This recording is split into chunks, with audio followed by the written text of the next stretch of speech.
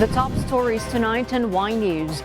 President Ferdinand Marcos Jr. wants to ensure that local production will not be harmed by agricultural imports, assures that his administration is looking for ways to improve the fishery sector. The Commission on Elections will be tasked to draft rules for the election of delegates for the Constitutional Convention or CONCON. Department of Transportation Secretary Jaime Bautista is firm to continue the Public Utility Vehicle Modernization Program or PBBM despite the call of other transport groups to scrap the program. And Canada announces a ban on Chinese social media app TikTok over unacceptable level of risk to privacy and security. Good evening, Philippines and the world. Today is Tuesday, February 28, 2023. Join us in the next hour as we deliver today's top stories around the Philippines and in other parts of the world. We are also seen in 1,935 satellite monitoring centers nationwide and via live streaming worldwide through the UNTV News and Rescue social media channels. I am Hardin Delgado. First in the news. President Ferdinand Marcos Jr. held a meeting with the Department of Agriculture together with other concerned agencies. During the meeting, the chief executive discussed measures to protect the local agri sector and fix issues concerning the fishery sector. Nel Maribohok reports.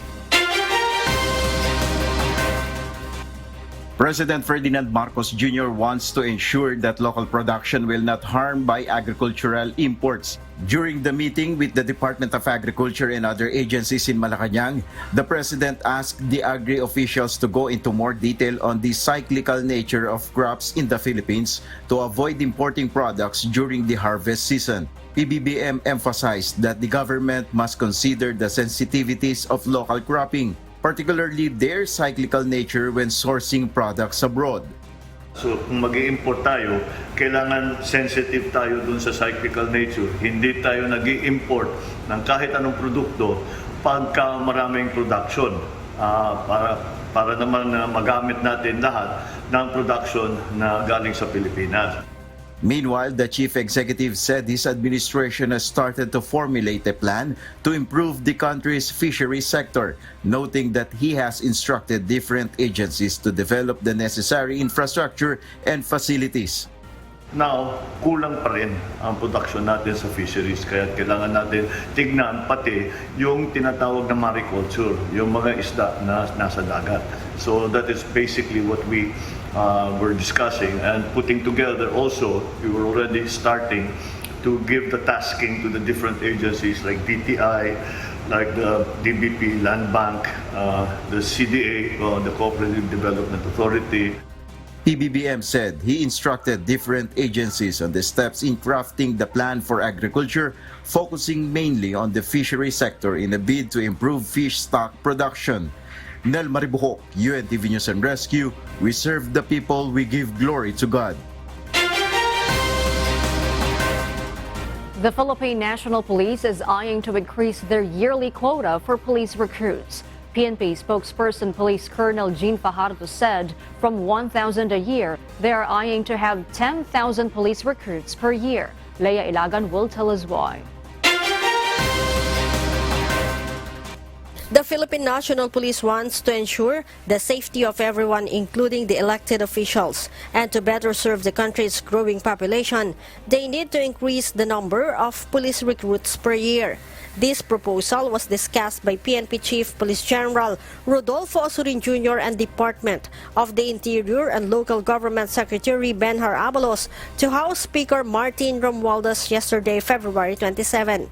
PNP spokesperson Police Colonel Jean Fajardo said, from the 1,000 police recruits quota per year, the PNP is eyeing to have a 10,000 target. Ang ideal po ay nasa 1:500. So yun po yung isa sa mga pinag-usapan na sa tingin natin na malaki po ang maitutulong para nga po i-address yung kakulangan natin doon sa ating mga deployment, particularly doon sa ating mga major public convergence at doon sa mga crime-prone areas para mas ma-increase at ma-intensify po natin yung ating mga police visibilities and presence. Aside from manpower, the PNP is also requesting for the improvement of the technology and equipment of the police.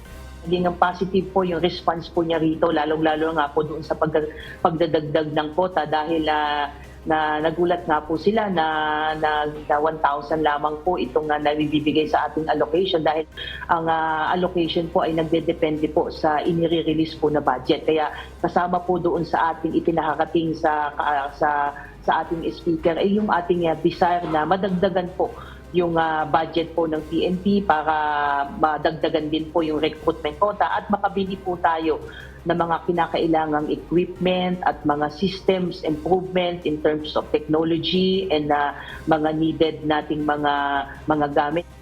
The House Speaker sought a meeting with Abalos and Azurin following the recent gun-related incidents against certain local officials. Leia Ilagan, UNTV, News and Rescue. We serve the people, we give glory to God.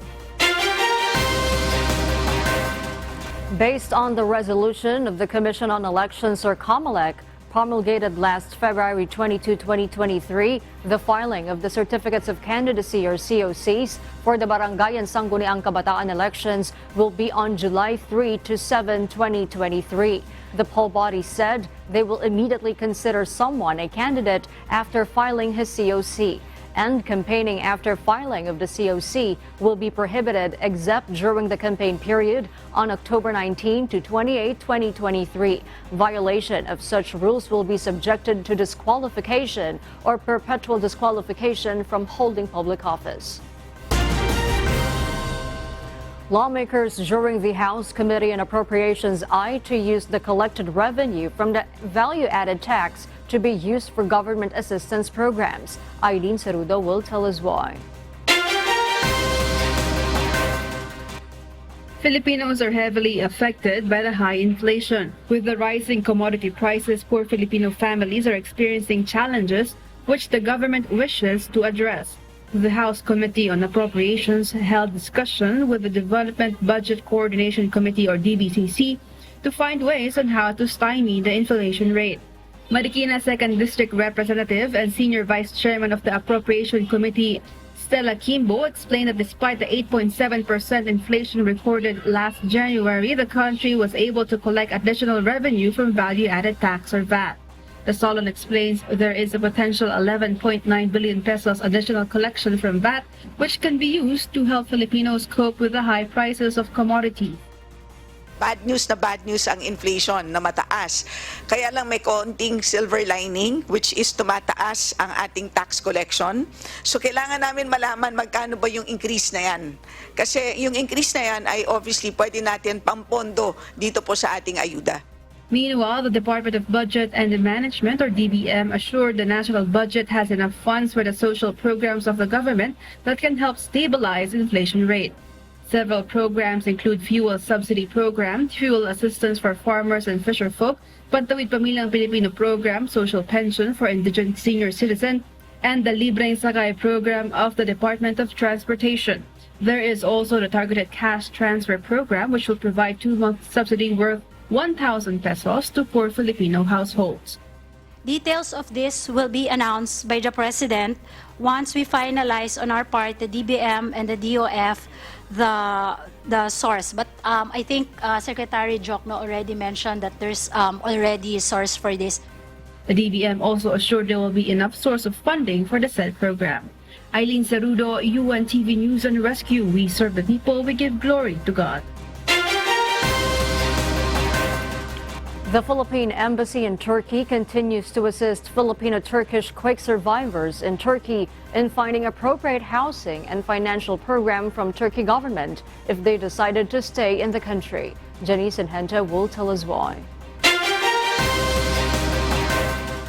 At least 66 Filipinos are still staying in the Philippine Embassy shelter in Turkey after their homes were destroyed due to the earthquake, according to the Department of Foreign Affairs Undersecretary Eduardo de Vega. The Philippine Embassy is already coordinating with the Turkish government for appropriate housing, financial assistance, and other services for Filipino-Turkish. Yung mga nanatili doon, inaayos pa ni Ambassador yung pagkikipag-discussion niya kasi meron naman Turkish social services. At saka, yung mga mananatili doon, siguradong yun ang mga either may legal residence na, may mga asawa, or Turkish citizen na. So, dapat bibigyan din sila ng tulong. However, he says that the Philippine Embassy's shelter in Turkey is still open to accommodate Filipinos who want to stay in the country. Ang basic rule is, pag nasa shelter, ang inaasahan hanggang 1 month lang from the time of arrival sa shelter para hindi man palagi nandun. May nagsasabi kasi isasara na namin yung shelter namin. Hindi po. Bukas yung buong Marso at tingnan natin kung kailangan pa-extend ng Abril. They're comfortable there. Yung iba po, gusto nila magstay sa Turkey. So they're looking for a new place to stay po. So if not in the province of Hatay, kasi it's gonna take some years to rehabilitate it, probably they will go to other provinces in Turkey po, until they are ready to move on with their lives. So the Philippine government is ready to provide them with a temporary shelter until they are ready to move back. They are back on their feet. Yesterday, 25 Filipino quake survivors in Turkey returned home as the DFA began its repatriation for Filipinos affected by the earthquake in Turkey, while 40 to 50 Filipinos are to be repatriated from Turkey next week, according to DFA. Janice Hente, UNTV, News and Rescue. We serve the people, we give glory to God. And for our news abroad, majority of business economists in the United States are expecting a nationwide recession to start later in the year than they had previously forecast. Ia De Vera will tell us why live. Ia? A survey by the National Association for Business Economics found that only a quarter of economists believe a recession will have begun by the end of March, following a series of reports that suggest a surprisingly resilient economy despite the inflation and interest rate hikes. Overall, almost 28 out of the 48 economists think the U.S. will go into recession sometime this year. A third think the U.S. will go into recession in the April to June quarter, while a fifth believe it will start much later in the July to September quarter. The delay points to the fact that the U.S. economy is still robust after the Federal Reserve raised its interest rates 8 times to slow growth and curb inflation. The U.S. government recently reported that retail sales jumped 3% in January after a dip in the previous 2 months, making it the largest rise in more than 2 decades. Meanwhile, inflation has also shot back up last month, drawing fears that the Federal Reserve will raise its benchmark rate even higher, which in turn will lead to more expensive mortgages, car loans, and credit card borrowing, and may even cause a recession. Back to you, Kath. Thank you, Ia De Vera, for that report live from New Zealand. British Prime Minister Rishi Sunak and European Commission President Ursula von der Leyen reached an agreement after their meeting yesterday, February 27, wherein they will remove any sense of border between the United Kingdom's Northern Ireland and EU member Ireland. Although the situation angered politicians on both sides, business groups have welcomed the easing of trade rules. This agreement is also a high-risk strategy for Sunak just 4 months after he took office. Since the UK left the European Union or EU in 2020, also known as Brexit, issues regarding trade and borders between Northern Ireland and Ireland have arisen. According to Sunak, this is the beginning of a new chapter in the UK's relationship with the bloc. US President Joe Biden, who is of Irish roots, welcomed the deal and said that it is an essential step to ensure the peace from the 1998 Good Friday Agreement was preserved.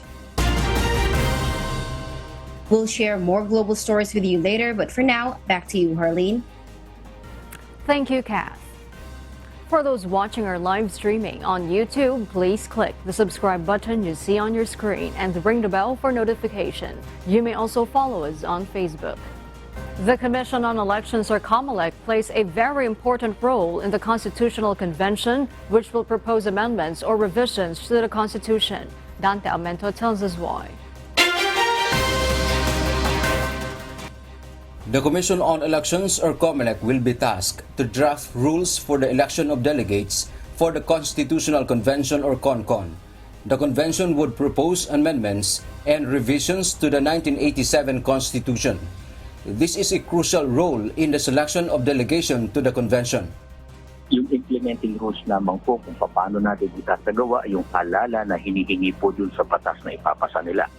The funding of the election of delegates will be taken from the COMELEC appropriations. The poll body added, if Congress will decide to conduct the election of delegates simultaneous with the 2023 barangay and SK elections, they will include in the rules the provision of additional ballots to be used. Halimbawa po, sabihin nila na dun sa batas na kailangan maisabay talaga. So kami po yung magbabalangkas ng mga resolution o implementing rules kung paano maisasagawa yung sabay na halala ng barangay, ng SK, pati na rin ng CONCON delegates. Meanwhile, if the proposed amendments will be approved, the COMELEC will be tasked again to conduct a plebiscite to ratify the amendments or revisions to the Constitution. Ano man ang maaprubahan po dito sa amendments or revisions sa Constitutional Convention, ito po ay isa sa publiko at dito po ay isasagawa natin ng plebisito para sa ratification. Tatanggapin ba ng bayan natin, ng ating mga botante, ang revision at amendment sa Constitution o i-reject po ito? Dante Amento, UNTV, News and Rescue. We serve the people. We give glory to God. Several senators once again thumbed down the move to amend the Constitution as it progressed in the House of Representatives. A lawmaker also remains firm that amending the charter should be limited to economic provisions for now, or else the proposal will reach a deadlock. This report will tell us why. Senator Robin Padilla, who leads the Senate's Constitutional Amendments panel, has reservations on the latest move in the lower house to tinker with the Constitution. Earlier, the House Committee on Constitutional Amendments approved a substitute bill pushing for amending the charter via Constitutional Convention or CONCON, where the people will elect the delegates who will review and revise the Constitution. The neophyte lawmaker maintains amending the charter should be limited to economic provisions. Amending the Constitution via CONCON, Padilla says would be costly and would only prolong the process. Pag pinag-usapan natin ng political structure ng bansa, mga mahal kong kababayan, litawan na dyan ang kanya-kanyang interest sa politika. Ang haba po niya. The lawmaker proposes Constituent Assembly or CONAS and amending the charter, where it is the legislators themselves who will review and vote to amend the Constitution. He plans to meet with his counterpart in the lower house, Representative Rufus Rodriguez. Una, papayag ba ang taong bayan dyan? Napakamahal niyan. Sobrang mahal yan. Naglabas yung NEDA. Election pa lang, 28 billion na. Wala pa yung gastos ng pasweldo sa mga CONCON delegates. Pag nagkaroon tayo ng CONCON, wala na tayong control. Kung anong gustong baguhin ng mga CONCON delegates, yun na yun. Senator Sonny Angara says while he is open to talk about amending the charter, he believes CONCON will require a huge budget and will take time in amending the charter. He adds the proposed 10,000 pesos daily allowance for the CONCON delegates is too much. For her part, Senator Nancy Binay believes it would be better to prioritize the implementing rules and regulations of the economic laws that were passed to attract investors in the country, including the Public Service Act. Senate Deputy Minority Leader Risa Hontiveros also opposed the move to amend the Constitution, saying that the pressing problems of Filipinos should be urgently addressed instead of charter change. The senator hopes the allies of President Ferdinand Marcos Jr. in Congress will follow the president when he said that charter change is not a priority. Padilla's panel will conduct 3 public hearings on the proposal, starting with Davao City on Thursday, March 2. Harleen Delgado, UNTV News and Rescue. We serve the people. We give glory to God. The Commission on Elections or COMELEC confirmed that it is possible to conduct the polls for the delegations in the proposed hybrid constitutional convention and the barangay and Sangguniang Kabataan elections. COMELEC Chairman Attorney George Erwin Garcia said the agency can make the necessary arrangement, including 3 ballots for the barangay, SK, and CONCON polls. However, the polling body is requesting for an additional budget to provide additional honoraria for teachers. COMELEC aims to provide at least 2,000 pesos per electoral board members and the electoral staff. If you are going to elect the delegates, mga 2 to 3 hours po na bibilangin at ipe-prepare ng mga teachers. Susunod po doon yung sa barangay and then susunod yung sa SK. So baka po abutin ng mga 12 to 2 o'clock in the morning of the next day yung pong pag-count really proper that we give additional honoraria to our teachers. In 3 to 4 weeks, the first batch of bivalent vaccines from COVAX facility is expected to arrive in the Philippines. Gladys Tuabi will tell us why. More than 1 million bivalent vaccines are expected to arrive in the country. The Department of Health says the said vaccines from COVAX facility will be in the country in 3 to 4 weeks' time. Dito po sa ating matatanggap sa pauna, these are just 1,002,000 doses coming from COVAX. According to the Department of Health Officer in charge Undersecretary Maria Rosario Vergere, these will be given first to the vulnerable population. This includes the health workers, senior citizens, and with comorbidities. The department noted that there should be an interval of 4 to 6 months between bivalent vaccine and prior shot of a COVID vaccine or booster shot. The bivalent vaccines can be received by those people or individuals belonging to our priority sectors with this 4 months interval. So halimbawa ikaw ay nakapagpabakuna noong October last year ng iyong booster dose, you can receive the bivalent vaccines after 4 months of being inoculated with this most recent vaccination that you've had. Gladys Tuabi, UNTV News and Rescue. We serve the people, we give glory to God. The Department of Tourism welcomes the airline's announcement of opening direct flights from Clark to tourism locations starting April 2023. These include flights to local destinations such as Caticlan, Davao, Cebu, Iloilo, Bacolod, General Santos, Cagayan de Oro, Puerto Princesa, and Busuanga, and international routes such as Hong Kong, Bangkok, and Singapore. In a statement, Tourism Secretary Cristina Frasco expressed her optimism with the additional flights in support of the Marcos administration's aim to vastly improve tourism connectivity and economic opportunities across the country. She added that this will also decongest the Ninoy Aquino International Airport or NAIA and minimize crowds in other airports, which attracts more tourism activities in respective areas.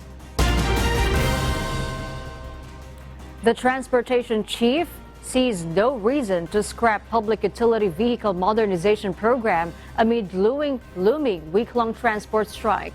JP Duñez will tell us why.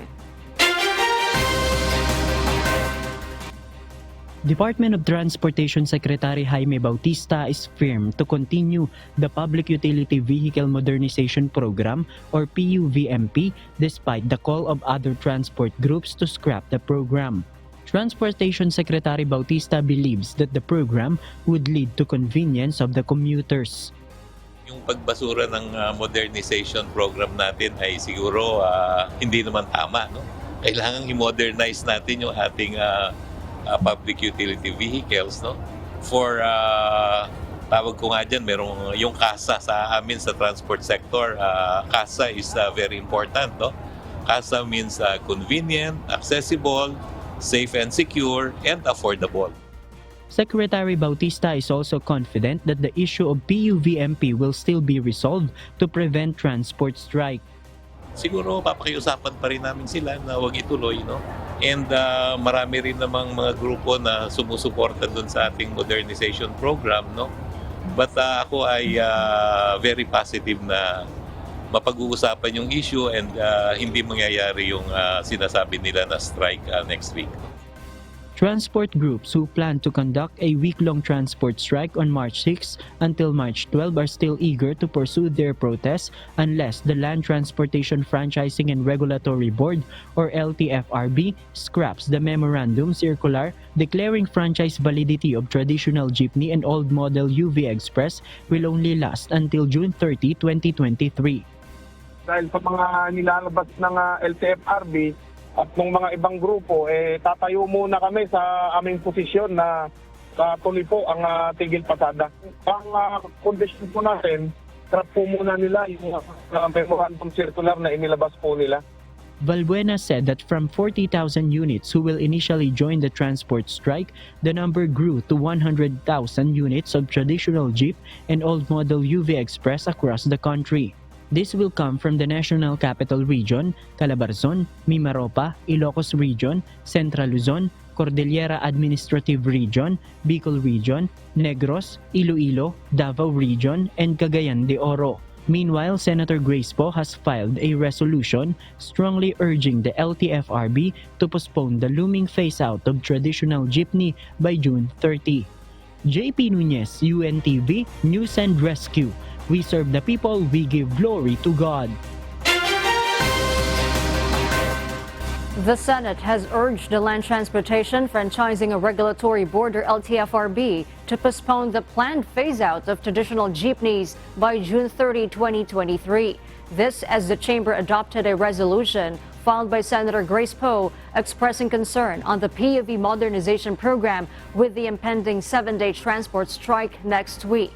Senators agreed that the deadline should be deferred pending the response of the government on the valid and urgent concerns raised by affected operators and drivers regarding the financial viability of the program. The Senate Committee on Public Services, chaired by Poe, will call for a hearing on Thursday, March 2, in a bid to prevent the planned transport strike across the country beginning next week.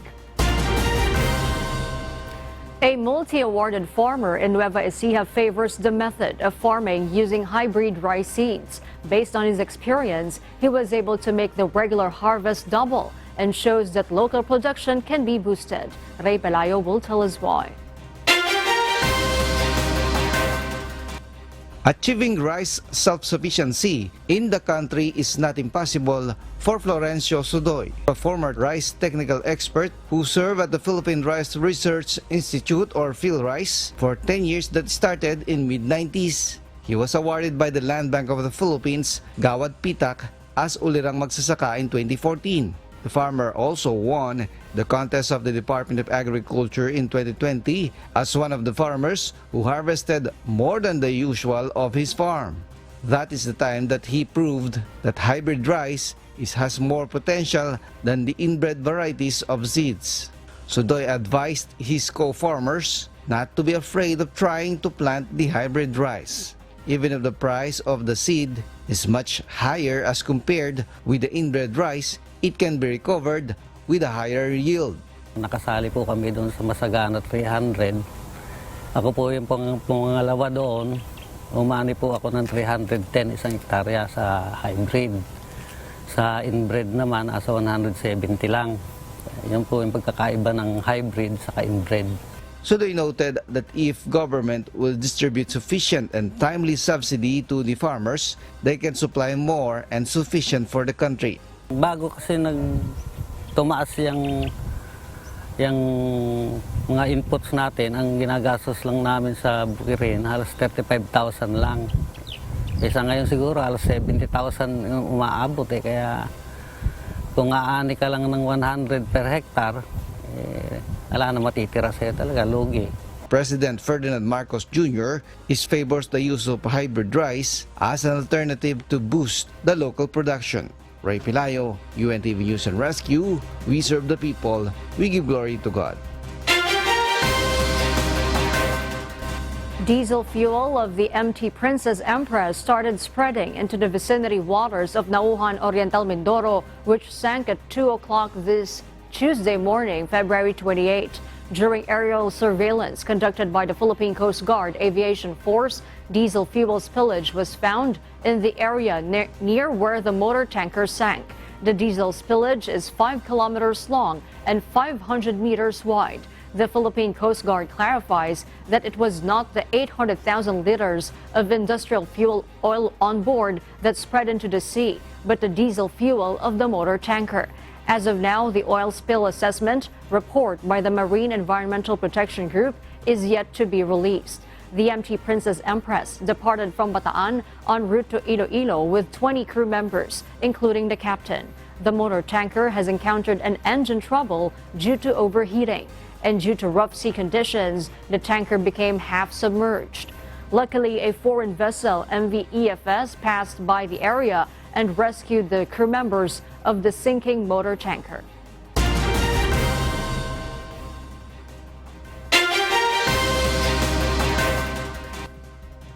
Canada has announced a ban on the Chinese social media app TikTok. This follows a similar ban that was imposed by the European Commission last week. Nerissa Dando tells us why live. Nerissa? Good evening, Kath. Starting Tuesday, February 28, 2023, all Canadian federal employees will not be able to download and use the social media app TikTok using their government-owned device. TikTok presents an acceptable level of risk to privacy and security because its data collection method provides considerable access to the contents of the phone. A statement released by the President of the Treasury Board of Canada, Mona Fortier, said, "Experts say the ban, which adds to the growing gap between Canada and China, underscores the lobby against TikTok owned by Chinese firm ByteDance Limited." Although there was no evidence yet that government information has been compromised, the security risks are clear, according to Fortier. TikTok released a statement saying they were disappointed but later issued another statement to clarify that they were just curious about Canada's move. A spokesperson of TikTok said Canada's ban was imposed without contacting ByteDance Limited for any questions they may have. The Canadian government did not also cite any specific security concerns, the spokesperson said. Last week, the European Union imposed a similar ban on TikTok for cybersecurity reasons. EU was not the first to ban the famous video hosting app. United States and several Asian countries, including Taiwan, which have an ongoing political rift with China, had also imposed similar bans. Back to you, Kat. Thank you, Nerissa Dando, for that report live from Japan. And those are the reasons behind the news in other parts of the globe. I'm Kat Maraos, live from Bangkok, Thailand. Good evening. A day after the Makati city government issued a closure order, Smart Communications Incorporated executives submitted financial documents to the Office of City Treasurer as requested by the Makati local government unit. In a press release by the Makati LGU, photos show that the telecommunication giant's executives turn over various documents, including the breakdown of revenue sources nationwide.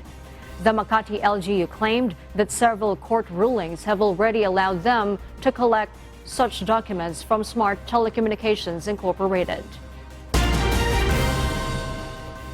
Our kasambahay, as the world faces these trying times amid the pandemic caused by coronavirus, we are inviting everyone to join the global prayer for humanity. Good day. I'm Brother Eli Soriano of the members of the Church of God International. I want to invite you to join us in a minute of prayer every day to pray for humanity and the whole world as we go through these perilous times. While safety measures like washing of hands and strengthening of our immune systems may help us through this horrible predicament, there is still no precaution or cure more powerful than God's mighty intervention. And we need His intervention now more than ever. It doesn't matter what religion you are in or what denomination you belong. This is an invitation for all the people around the world who cares for the future of their family, friends, loved ones, and humanity as a whole. Everybody is welcome to pray with us. For more details, you can check out the description box below. Thank you very much, and I hope to hear from you soon. May God bless you.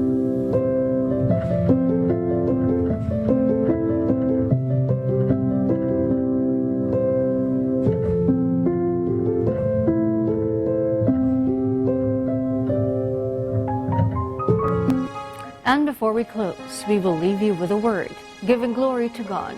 From the book of Proverbs, chapter 28, verse 1, it says, "The wicked flee when no man pursueth, but the righteous are bold as a lion."